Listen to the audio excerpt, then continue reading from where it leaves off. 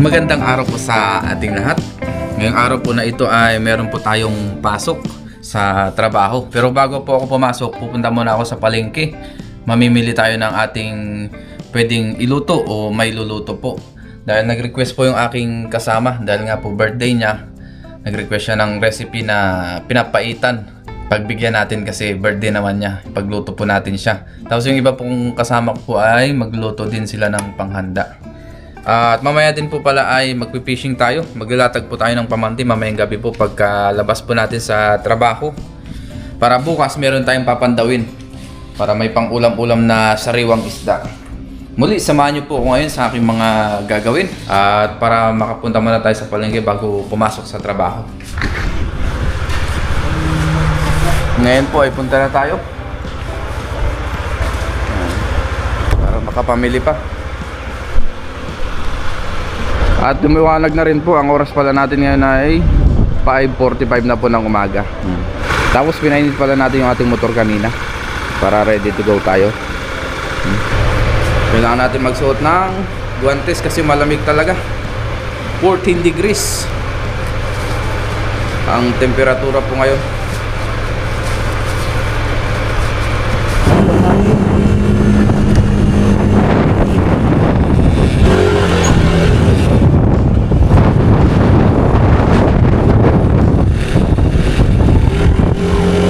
Yan na po ngayon.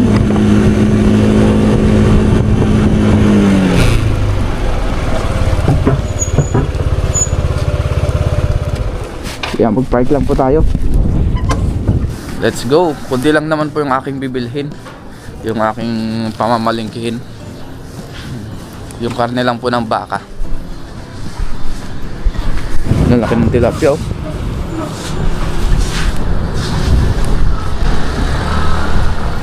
Wala pa masyadong tao kasi maaga pa po. Yung iba hindi pa bukas. Kadalasan dito nagbubukas sila pasado alas 6 talaga, mga 6:30. Bukas na lahat. Ngayon kasi alas 6 pa lang. Yo, papaitan ma. Yeah. Oh, yun. Kakabukas lang po nila. Tama-tama yung ating pagdating. Okay, Megonchi. Wait lang natin kasi lalabas pa nila. Tapos dito may mga chicken din pala. Ulam. Sari-sari, may tosino rin sila. Tapos yung kanilang pinakalang gunisa.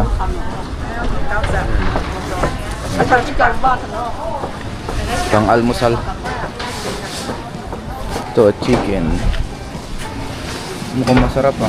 Roasted chicken. Liver, yo ma, liver. Yeah. Tsaka liver ma. Yeah. Okay na po, nakalabas na ang kanilang mga soya. Ito laman loob naman. Tsaka liang pay. Atay. Ah, atay, ito ya, atay. Bili tayo ng tingi-tingi. Ito ya. Atay, liver, English. Liver. Atay, Philippine.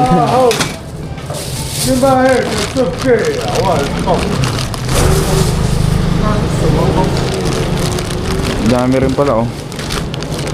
Marami na po yung 200 NT. Papaitan. Ayan yung liver naman. Unto, ah. Ipan. Yeah, iba yun, jagan to, ah. 190、130，可以吗？ Kaya, 130， okay, 这190， Teka, law pa niyan kay ma, ipay. Kaya, itenten ah, kaya. 一点点啊， Kaya, ipay ah. 1这里。 Ah. Yun, bigyan rin tayo ng karne, ipay lang. Para tama-tama. 好，109，100， Okay, okay, okay. Bili rin tayo nito. Dagdagan natin. 140。 Ipay su. Usa tayo ta. Tiga, kaya, digan to ah. 100 Sige. ，OK， Okay, okay. 200、300，再加一个130。对啊。Shampoo. Shampoo 多少？没有，还要再一个130、100。啊，再一个100。Kinikwenta lang kung magkano. 5.30 na. Okay ah. Yun, ayos na. 5.30 po lahat ito. Gawa ng kailangan marami po. Kasi birthday. Okay ah. Libre lang po yung papait na. Yung Kaya, alam niya rin po. Marami po siyang suki na Pilipino. 你有30块吗？ Yun siya. Meron ba daw tayong 30 NT?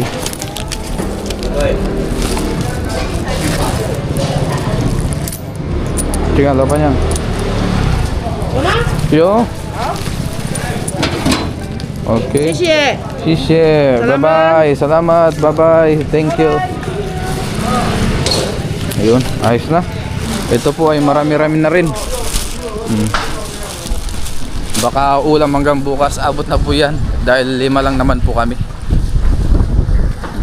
Mamaya na lang po natin tanghali ito lulutuin pag break time natin ng alas 12. Isang oras po ang break time natin. Dahil ngayon po medyo matigas pa yung iba. Hindi natin agad maluluto. Ibababad pa natin. Yung iba po ay galing sa freezer. Bili naman tayo ng ibang pangsangkap na gulay. Dito tayo bili. Laban yang. Hi. Tsaga tusaw.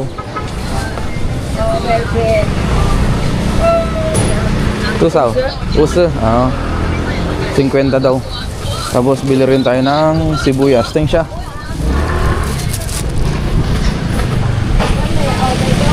Sibuyas. Ito. Pampasarap.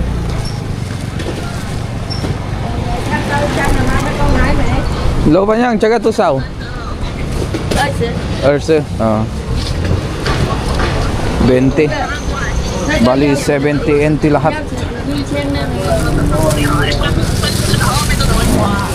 Tiga. Ayun. Okay na po yung ating napamili. Ayos na po. Balik agad tayo kasi may pasok pa tayo maya maya. Alas 7. Meron tayong overtime na 1 oras hanggang alas 8. Tapos 8 AM to 5 PM po yung regular days ng ating pasok.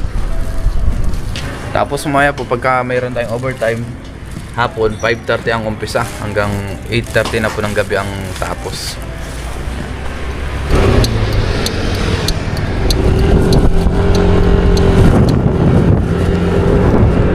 Pagas muna tayo. Tignan natin kung tumaas po yung presyo ng gas dito.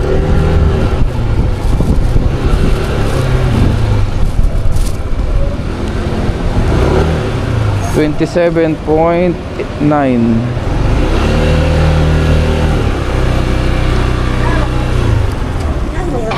Jauh zaman.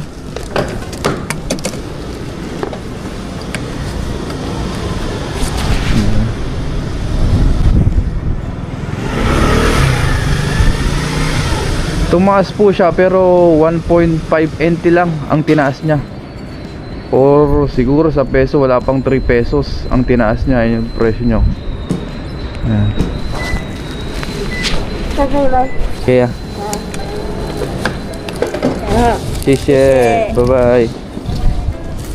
Ayan. Ayan. Hindi siya masyadong tumaas dito. Sa atin sa Pilipinas sobrang taas na daw po ng gasolina tsaka diesel. Grabe.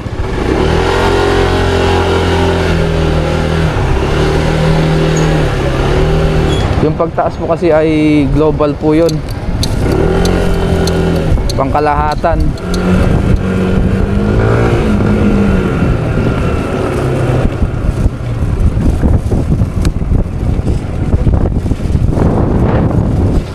Dito na po tayo sa dorm. Ngayon po ay kape muna tayo. Tapos almusal. At maya maya po ay pasok na rin tayo. At ngayon po ay kasalukuyan natin pinapakulo yung ating laman loob ng baka. Yung atay po ay sineperate muna natin kasi ito ay medyo matigas pa. Dahil na-freezer po ito. Tsaka mabilis din po yan lumambot kaya hindi po muna natin yan sinasama. Ito ay papakuluan lang po natin ng 5 to 10 minutes para medyo tumigas lang ng konti yung karne para madali pong hiwain mamaya. So, bago tayo pumasok, pakuluan na po natin habang meron pa po tayong oras. Para paglabas po mamayang break time ng alas 12, diretso hiwa na po. Yan, para yung time natin ay ma-maximize natin. Ang oras po natin ngayon ay alas 7 na po ng umaga. Ayan, 6:58 na. Pasok na po kami. Kasabay ko po si paring Roel. Yes sir. Uy, lakas ng hangin. Nag-umpisa na rin magtrabaho yung ating mga kasama. Mamaya na lang po ulit tanghali pagka break time. Ngayon po ay kasalukuyan tayo naka-break. Ngayon naman po ay magluto tayo. Ang oras pala natin ngayon ay alas 12 pasado na po. Magluto tayo ngayon ng pinapaitan habang tayo naka-break time. At syempre mag-iwang muna kami ni paring Jaymar, yung ating birthday boy. Ngayon po umpisa na natin magluto. Naiwa-iwa na rin po natin yung ating pang pinapaitan. Tapos yung ating mga ingredients dyan, naiwa-iwa na rin po ni paring Jaymar. Yung ibang ingredients mamayang hapon na lang po. Yung kalamansi, yung ibang pampalasa. Maglagay na tayo ng mantika. Isa muna natin yung ating bawang, sibuyas, luya. Unahin natin yung luya at saka bawang.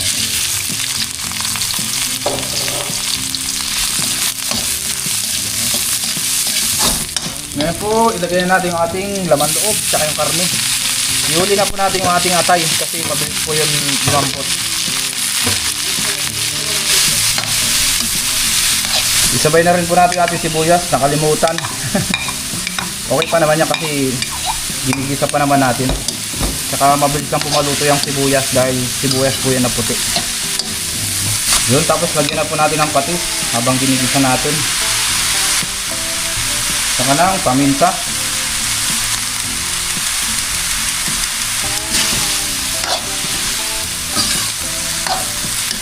Lipat na natin ito.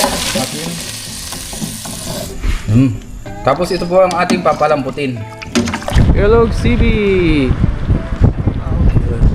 Ayan po, mag-in muna tayo kasi papasok na tayo ng alauna. Yan, mag-in na po tayo.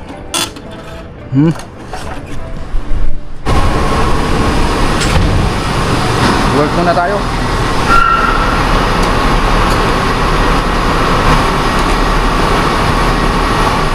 Yes! Ngayon po ay alas 5 na. Labasan na po at mag-out na rin tayo. Magtaka lang tayo. Mag-fill up tayo ng ating overtime sleep. Mamaya pala ay maglalatag tayo ng lambat.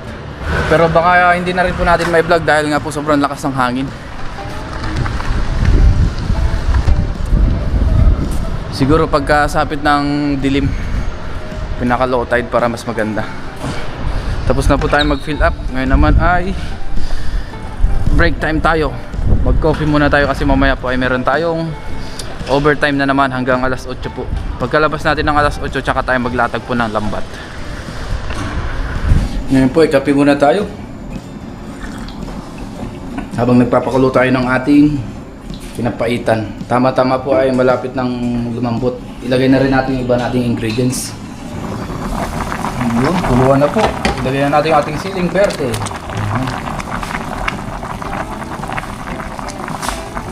Maglagay na rin po tayo ng Knorr cubes. So, beef cubes. Tapos maglagay na tayo ng ating asin, pampalasa. Dinagdagan pala natin ng sabaw para mas marami. Tapos lagyan pa natin ng onion leaves para mas marami sabaw. Ihuli na lang po natin yung atay.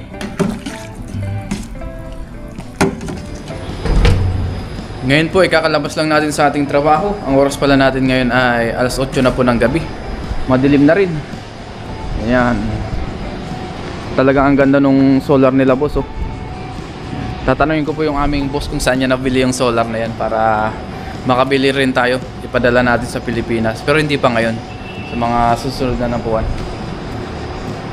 Magluto na tayo. Ituloy natin yung ating pagluluto ng ating papaitan. Nag-out na rin pala yung aking mga kasama. Ayan, si Kellogg's TV, nagluluto siya ng pansit. Wow! Pa-birthday natin sa ating kasamahan. Kay paring Jemar, yan. Ang handa. Pansit, tsaka pinapaitan, no? Ito papayita na. Gusto yung ating niluluto, pinakulo na po natin. Yan, di pa ako makulo kasi kakalabas lang din po natin. Tuloy natin. Tayo mama. Wow, sarap naman ito, Kellogg's TV. Pala.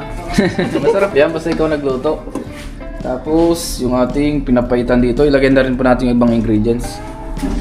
Maglagay na po tayo ng kalamansi, pampaasim po natin. Ilagay na rin po natin yung atay ng baka. Kasi malambot na rin po yung ating karne. Halo-halo po ito, laman loob, may karne rin po. Okay na po yung ating pinapaitan, luto na po. Yung pansit ni Kellogg's TV, luto na rin.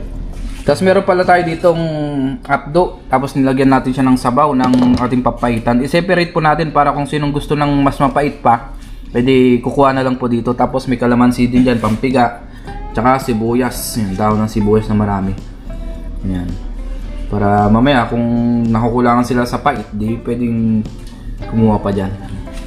Ngayon po kain na tayo, meron tayong pansit dito, yung ating kanin, tsaka ating papaitan. Mamaya po ay meron kami konting salo-salo. Lord, maraming salamat Panginoon sa pagkain ng sa hirapan. Basbasan niyo po na kayo magbigay sa amin sa pangatawan ng kalakasan. In Jesus' name, Amen. Kain na po tayo.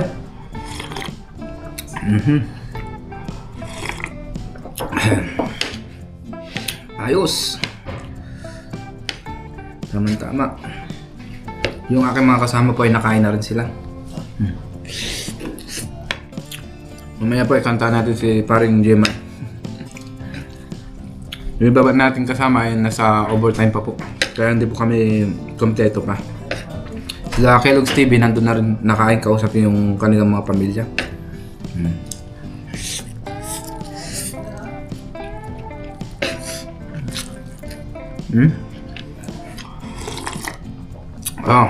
Ayos ang sabaw.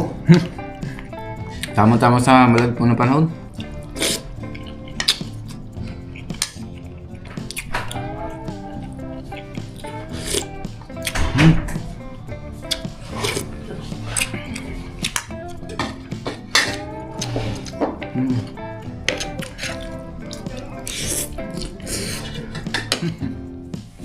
Ngayon po ay kakauwi lang natin. Galing po tayo dun sa paglalatag po natin ng lambat. Hindi na po tayo nakapag-video, gawa nga po ng sobrang lakas po ng hangin. Tapos labas na po tayo. Nagkakasiyahan na po doon sa sala. Nandun na yung ating mga kasama at saka yung ating birthday boy. Ngayon po nagkakasiyahan kami. Yan, kompleto po kami 5. Birthday! Happy birthday! Yan. Itong birthday boy si paring Jemar. Yan, happy birthday to you. Ako magsisimula. Yan. Konting salo-salo po kami dito. God bless, happy birthday, more blessings from. Thank you. Ayos, happy birthday. Ngayon po, nandito na tayo sa ating lambat. Linaw ng tubig oh. Sobrang babaw na po. Yung hibas pala dito ay sobrang haba po. Sobrang lawak, simula dun hanggang sa baba. Mahaba po ang hibas dito pagka low tide. Ito na po yung ating lambat. Dito po natin linatag kagabi. Uy, ito, meron na. Thank you Lord. Ayun pa oh.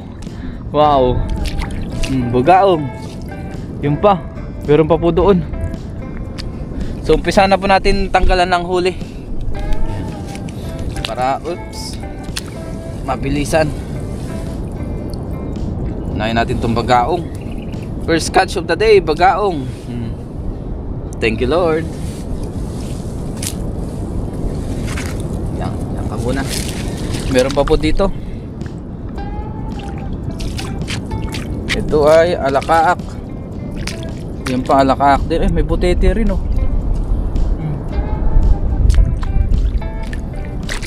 Alakaak.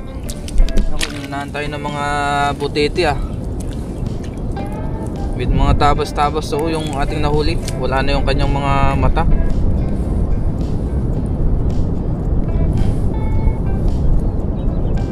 Ganda ng panahon ngayon. Hindi ganun kalakas ang hangin. Pinagbigyan tayo.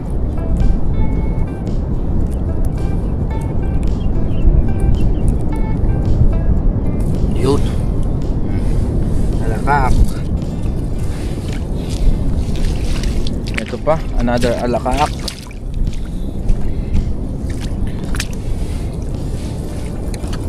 Yun. Naugong-ugong pa.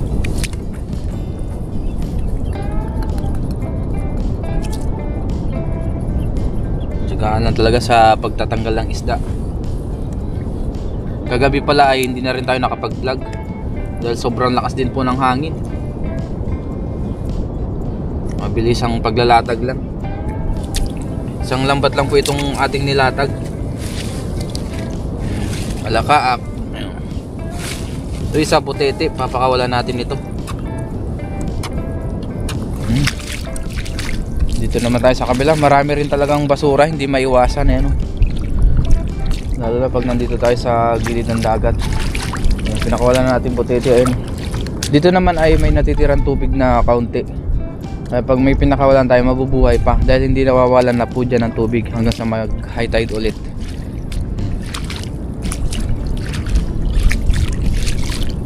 Dito ay, ito, merong isang bugaong. Another catch, bugaong. Oops, yeah. Saan siya lumusot? Makakanan natin sa ulo para hindi na makawala pa. Oops, umihi pa. Umihi pa ang bagaong. Pasikat na rin po ang araw.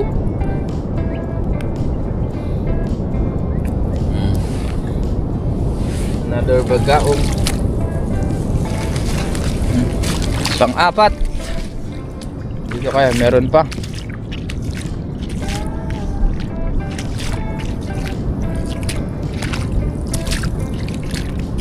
Dito ay wala na. Nagkapalupalupot pala yung lambat natin, oh.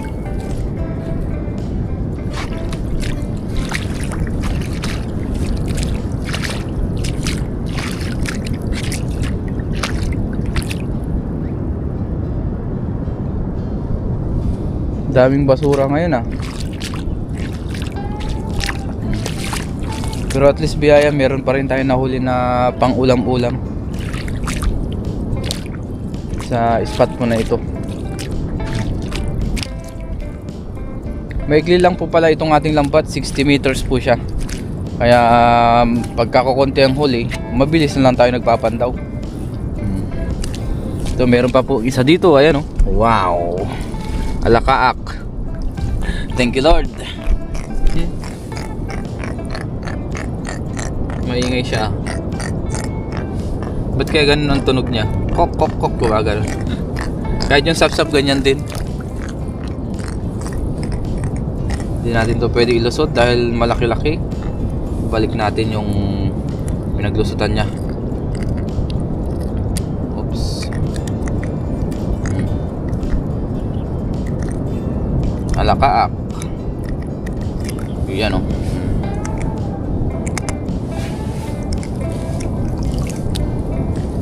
Wow.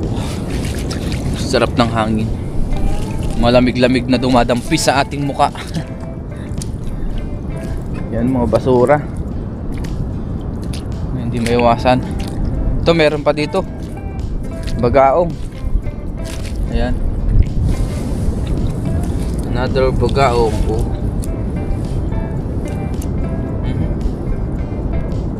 Oops, yeah. Gusto kong kumawala, ah.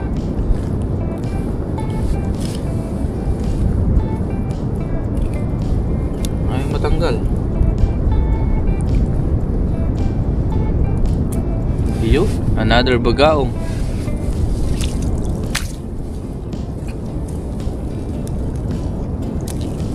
Meron pa dun sa dulo. Dito naman tayo sa kabila.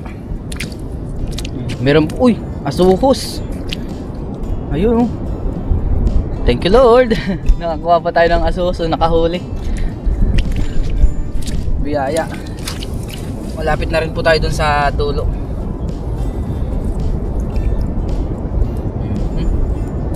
Sarap maging libangan po yung ganito. Yung ganitong fishing adventure. Yan pong itsura ng asuhos, oh. Patulis yung pinakadulo niya. Ito po talaga ang naging libangan ko simula noon bilang isang OFW dito sa Taiwan. Pagka day off natin, pagka wala tayong work, or pagka kahit may work tayo, nag-fishing pa rin tayo bago mag-work, or pagkatapos mag-work, talagang sinasabay natin itong ating libangan na pagbablog, catch and cook. Yan, kadalasan nating content. Kaya sobra po akong thankful sa inyong lahat, dahil sa inyo nandito pa rin tayo sa pagbablog. Dito po last nahuli natin, alakaak. Sobrang biyaya, nalilibang na tayo, nakakuha pa tayo ng pang-ulam, nakakagawa pa tayo ng pang-content, pang-vlog. Thank you Lord. Last nahuli natin ngayon. Hindi po ganun karami yung ating nahuli ngayon, sapat lang po, alakaak. Bilang lang yung ating nahuli, wala pa po yatang 10, pero at least meron pa rin. Ito po yung ating nahuli, buhos natin. Dito natin ibuhos. Hindi ngayon.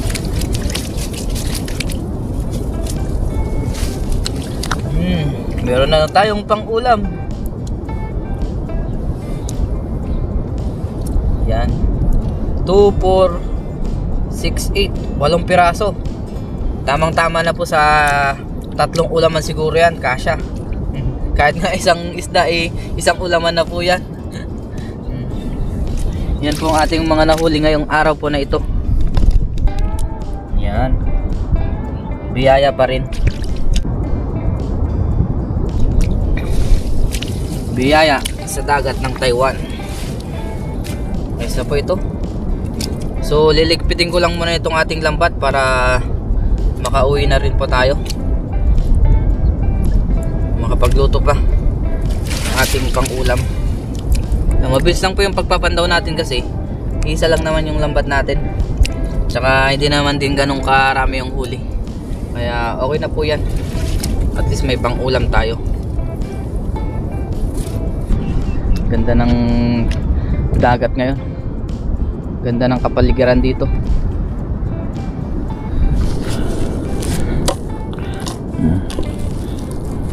Mas matagal pa po magsalansan kaysa sa maglatag dahil tinatanggal pa natin yung mga dumi-dumi para sa susunod nagamit natin, okay na po ulit, hindi siya madumi.